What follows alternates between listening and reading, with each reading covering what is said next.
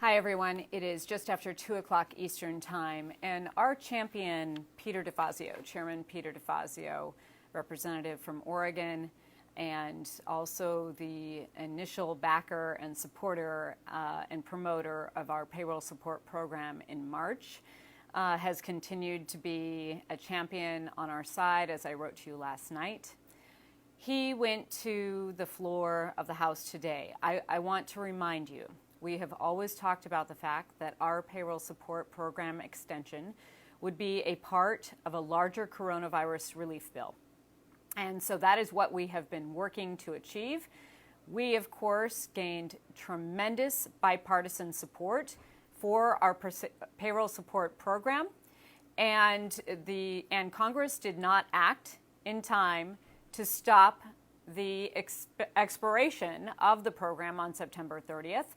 And furloughs began yesterday on October 1st. Peter DeFazio introduced a standalone bill this morning. Speaker Pelosi allowed him to go to the floor of the House. That is no small thing. That is indicating complete and total support for our payroll support program from the Democrats, as they have said would be in the larger bill.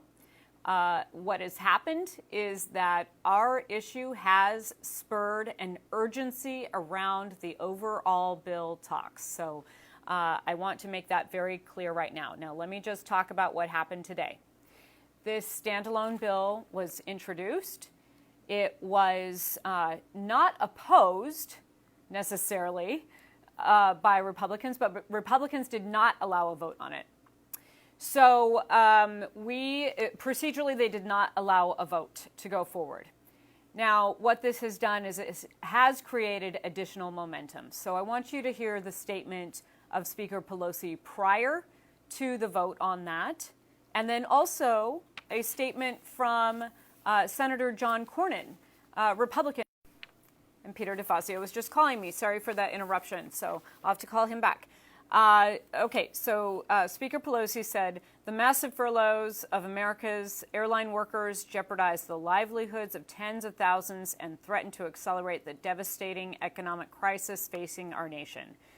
We will either enact Chairman DeFazio's bipartisan standalone legislation or achieve this as part of a comprehensive negotiated relief bill, extending for another 6 months the payroll support program. So this initiative is focused solely on workers, keeping them on the payroll so these workers maintain their critical training and certification requirements unique to their industry. And so we are hearing that talks are proceeding. This created momentum. Your calls, your immediate action, this is continuing to show that we are going to continue to demand this action. So I want you to take that really in, what Speaker Pelosi said. We're either going to get this passed in the standalone bill or as a part of a larger coronavirus relief package. She is expressing confidence in getting that done, and that is good. Now, from the Senate, John Cornyn stating today, I'm glad Speaker Pelosi recognizes how critical our airline workers are both to Texas and to the nation. Ensuring Texas airline workers can keep their jobs will help keep air travel safe and protect this vital sector of our economy. He was supporting the Air Carrier Worker Support Extension Act. And so also that is continued support for an overall coronavirus relief bill. We need to get this done. We need to keep the pressure up on Congress to get it done. The furloughs have begun. People are out of work. As I said the other night, I was very angry. That day should never have come. We should never have come to this place. But here we are.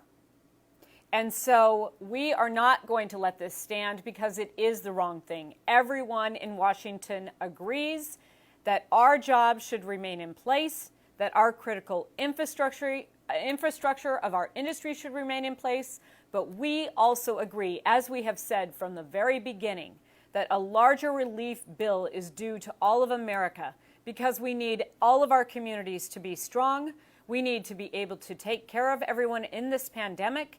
And we believe that this has now created momentum to finally get that done. So keep up your calls. We will again revise the script, but really it's just very simple. Congress must act right now to reinstate our jobs. And I want to be clear again, with the expiration of the payroll support program on September 30th, there is no backstop of furloughs. So that means there can be additional furloughs going forward unless we lock this in. No one is safe from these furloughs as long as we do not have the payroll support program extended. And we need to protect our ability to continue this very successful jobs and infrastructure program that is the best use of the public's money, that keeps people strong in their jobs with their health care. I want to recognize the people who are currently on furlough status today, the people who are telling their stories, the flight attendants who have been out there marching with picket signs, all of you who have been tweeting, all of you who have been calling, the flight attendants who have told their stories on the local and national news, bringing real faces to this problem. Peter DeFazio ended his remarks on the House floor today, saying, "This is not about partisan politics. This is not about process. This is about real people, and they are hurting, and we have to help them now." So keep raising your voices. We are going to get this done. I have tremendous hope that we are.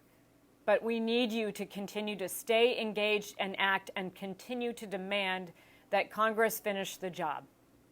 I want to thank Speaker Pelosi for bringing this forward today. That was extremely important. It was an extremely important sign to the Republicans, to the administration, and to all of us. And it is creating momentum to get this done. Keep it up, everyone. Thank you so much for your action again, and we will keep you updated. We are going to be on media throughout the weekend, and we are going to get relief for ourselves and the rest of the country. Love you all. Please stay safe.